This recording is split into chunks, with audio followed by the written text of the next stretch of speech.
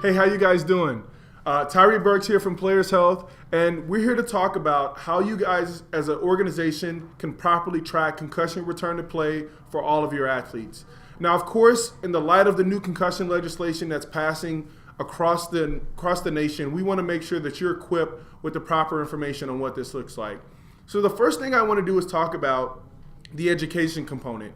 All of your coaches and staff needs to be educated with the heads up or CDC concussion heads up protocol that really teaches them how to properly identify a concussion and when to return an athlete back to play. Of course, we're doing that via the medical clearances that we're getting from the parents or the athlete's doctor.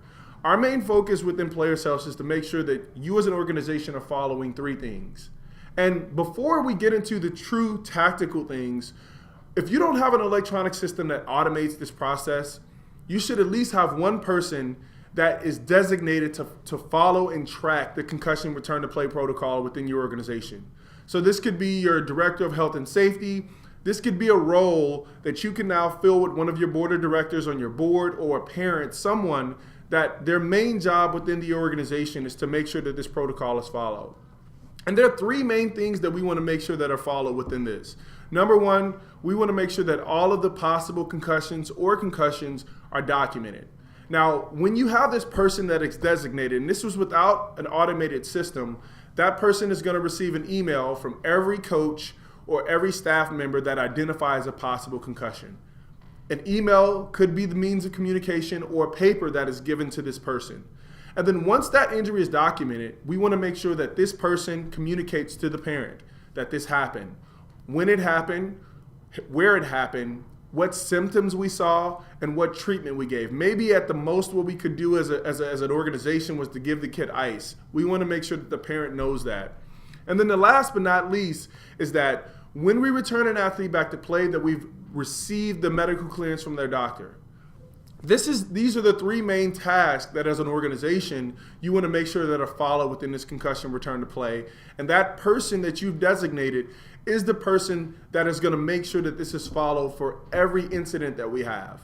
Now, of course, Players Health is a system that automates this entire process where you wouldn't even need to have that person. And I'll talk about what this looks like in our system. So in our system, you would document that injury in our system. The coach or the staff member, that would automatically send an email or a text message to the parent that a head injury happened and that they would need medical clearance before their kid can return back. Now, before this kid can return back, that kid is going to be read in our system. And then prior to that medical clearance being uploaded, that kid will always be read until that medical clearance is uploaded. Once that clearance is uploaded, the parent can now return their athlete back to play, and then that status goes from not having any physical activity to return to play, all because we've gotten the proper clearance. Our system automates this entire process, making sure that you don't have to worry about anything falling through the cracks. So these are just two ways that you can now track their overall concussion return to play in your sports organization. One is without an automated system. You want to make sure you have that person designated. That is their main priority is to make sure that this protocol is followed. Or number two, have an electronic system like Players Health that can track and manage all this for you. This will extremely mitigate any risk that you have in terms of transitioning return to play, but it'll also protect the athlete at the same time. So hey guys, Tyree Burks here from Players Health. Really excited that this is our second episode and we're sharing this information. We're going to continue to keep sharing these weekly bite-sized informations on ways that you can manage the overall health and wellness of your athletes. If there's something that you think we should touch on or something that you guys are concerned about as organizations when it comes to risk management or health management, let us know. Comment, like, share any content that you see. Our mission as Players Health is to give you guys a peace of mind around how you guys are caring for your athletes. And we want to give you the best technology and the best communication and the best content and community to help do that.